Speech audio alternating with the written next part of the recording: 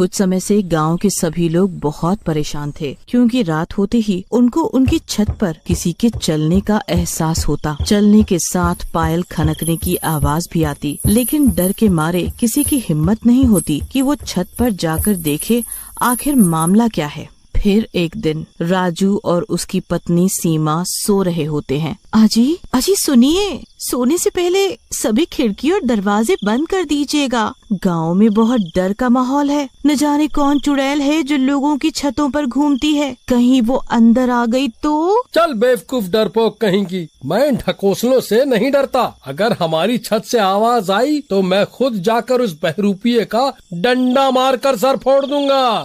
फिर रात 12 बजते ही उनकी छत से किसी की चलने की आवाज आने लगती है। अरे नौश पिटे, काली जबान के आदमी, तेरे बोलते ही आज ये हमारी छत पर आ गई। अरे बेवकूफ डरपोक मोटी औरत, सारी हिम्मत मुझ पर ही दिखानी आती है तुझे। एक बहरूपिया चुड़ैल से डर रही है। अभी रुक, मैं छत पर जाकर उसे सबक सिखाता हूँ। तू भी चल मेरे साथ। ना बाबा ना, मैं नहीं जाती। मैं अपने पैर पर खुद ही कुल्हाड़ी क्यों मारूं? मुझे अपनी जान प्यारी है, तुम ही जाओ। फिर राजू छत की ओर निकल पड़ता है। छत पर पहुंचते ही राजू की आंख फटी रह जाती है। वहाँ एक बिना सिर की चुड़ैल खड़ी होती है।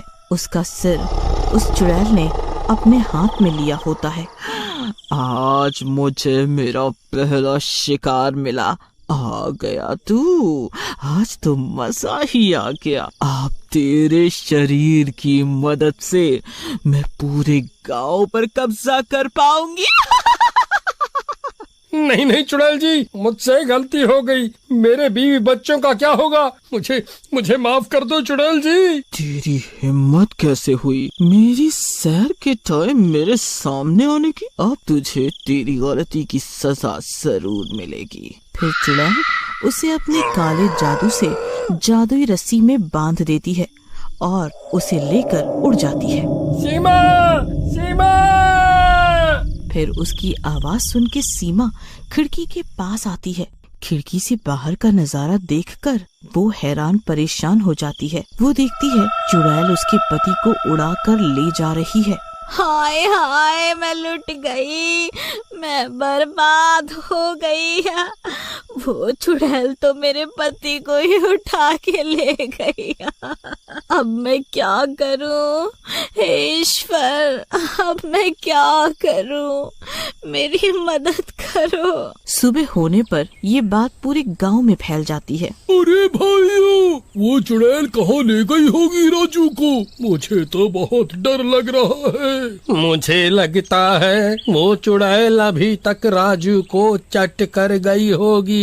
सुनो भाइयों, हमें डरने की बजाय समझदारी से काम लेना होगा, तभी हम उस मायावी चुड़ैल का सामना कर पाएंगे। फिर शाम होते ही गांव के कब्रिस्तान से राजू की आवाजें आने लगती है। बचाओ बचाओ, अरे कोई तो सुनो, बचाओ मुझे। ये आवाजें सुन गांव वाले हैरान रह जाते हैं। अरे ये तो राजू की आवाज है, पर इसे तो चुड़ैल उठा ले गई थी। मुझे लगता है चुड़ैल इसे उठा ले गई और यहाँ इस कब्रिस्तान में कैद कर दिया। हमें चलकर उसे बचाना चाहिए। पर भाई, इस कब्रिस्तान में जाएगा कौन? भला अपनी मौत को कौन दावत देगा? हमें ही जाना होगा और राजू को छुड़ा के लाना होगा। आखिर वो भी हमारा ही साथी है। फिर वो दोनों कब्रिस्तान की ओर चल देते हैं। वहाँ से राजू की आवाजें आ रही होती हैं। बचाओ बचाओ बचाओ बचाओ! जैसे जैसे वो आगे बढ़ते हैं उन्हें और खतरनाक आवाजें आने लगती हैं और तेज हवाएं चलने लगती हैं। भाई, मुझे तो बहुत डर लग रहा है। चलो वापस चलते हैं। डरो मत भाई, अब यहाँ तक आ गए हैं तो राजू भाई को लेकर ही चलेंगे। फिर थोड़ी देर में वो दोनों उस जगह पहुंच जाते हैं जहाँ से आवाजें आ रही होती है। वो एक कब्र होती है जिसके अंदर से राजू की आवाजें आ रही होती है। लगता है उस चुड़ैल ने राजू को लेकर इस कब्र में कैद कर दिया है। चलो इस कब्र को खोलें और राजू को बाहर निकालें। जैसे ही वो कब्र खोदते हैं वहीं हाथ से अपना सिर लिए सिर कटी चुड़ैल उनके सामने आकर खड़ी हो जाती है। वो दोनों बुरी तरह कांपने लगते हैं। अरे मर गए रे, ये क्या बोला है? भागो भागो। वो भागने की कोशिश करते हैं, लेकिन चुड़ैल उसकी मायावी शक्तियों से उन्हें एक ही जगह से चिपका देती है। मूर्खों, तुम यहाँ से नहीं हिल सकते। मैंने तुम्हें अपनी जादुई शक्तियों से चिपका दिया है। अब तुम मेरा भोजन ही बनोगे राजू की तरह। चुड़ैल जी, पर आपकी कब्र से तो राजू की आवाज आ रही थी। हम तो उसकी आवाज सुनकर यहाँ आ गए। हमें माफ कर दो चुड़ैल जी। वो तो मैंने गांव वालों को भोजन बनाने के लिए चाल चली थी। मुझे पता था तुम गांव वालों को राजू के बारे में पता चल गया होगा, और तुम इंसान बहुत चालाक होते हो। तुम अब छत पर नहीं आओगे, इसलिए मैंने चालाकी से तुम्हें यहाँ बुला लिया। मैं हूँ इस कब्रिस्तान की जिंदा लाश। इस पूरे गांव पर अब मेरा ही राज होगा। फिर वो चुड़ैल उन दोनों गांव वालों को अपनी कब्र में अपने साथ बंद कर लेती है। उन दोनों गांव वालों को लौटता ना देख सभी गांव वाले डर जाते हैं। भाइयों, मुझे लगता है कुछ अनहोनी हो गई है हमारे साथियों के साथ। अब तो राजू की भी आवाज नहीं आ रही, एकदम सन्नाटा हो गया है। हाँ भाई, मुझे लगता है हमें गांव के पंडित जी के पास चलना चाहिए। वही हमें इस मुसीबत से छुटकारा दिलाने में मदद कर सकते हैं। फिर वो सब गांव के पंडित जी के पास पहुंच जाते हैं। पंडित जी, मदद करें। गांव में कोई चुड़ैल आ गई है। उसने गांव के 3 लोगों को गायब भी कर दिया है। अब आप ही कुछ मदद कर सकते हैं, नहीं तो क्या मालूम वो अगला नंबर किसका लगा दे। फिर पंडित जी उनकी बातें सुनकर अपनी आंखें बंद करते हैं और अपनी दिव्य शक्ति से और अपनी दिव्य दृष्टि से चुड़ैल की हरकतें देख लेते हैं। सभी गांव वाले हाथ जोड़े खड़े रहते हैं। फिर कुछ मिनटों के बाद पंडित जी अपनी आंखें खोलते हैं।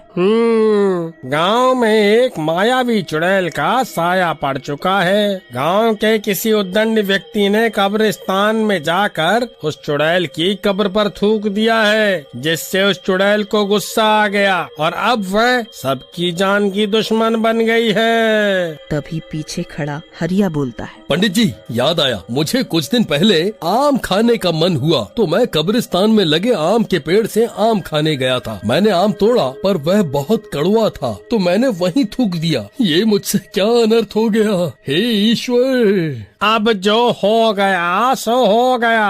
अब हमें उस कब्रिस्तान की जिंदा लाश से आजादी पानी है, नहीं तो वह सबको ही निगल जाएगी। तो हम क्या करें पंडित जी? उस चुड़ैल की जान उसकी खोपड़ी में है, जिससे वह अपने हाथों में लेकर चलती है। अगर हम उससे उसकी खोपड़ी छीन कर गाड़ दें तो वह चुड़ैल खत्म हो जाएगी। फिर अगले दिन ये आवाजें सुनकर गांव वाले समझ जाते हैं कि ये उस चुड़ैल का छल है। भाइयों, अब क्या करें? कुछ ना कुछ तो करना ही होगा। हरिया भाई, आज तुम और मैं चलते हैं। मैं चुड़ैल के सामने जाऊंगा और जैसे ही वह चुड़ैल प्रकट होगी तुम पीछे से जाके उस चुड़ैल को डंडा मार के उसकी खोपड़ी को नीचे गिरा देना। फिर मैं जल्दी से उसकी खोपड़ी को बोरी में बंद करके भाग जाऊंगा। क्यों, कैसी लगी मेरी तरकीब? अच्छी तरकीब है। चलो आज हम इस चुड़ैल के आतंक से गाँव वालों को बचाएं। फिर वो दोनों जाते हैं। हरिया पहले ही पेड़ के पीछे छुप जाता है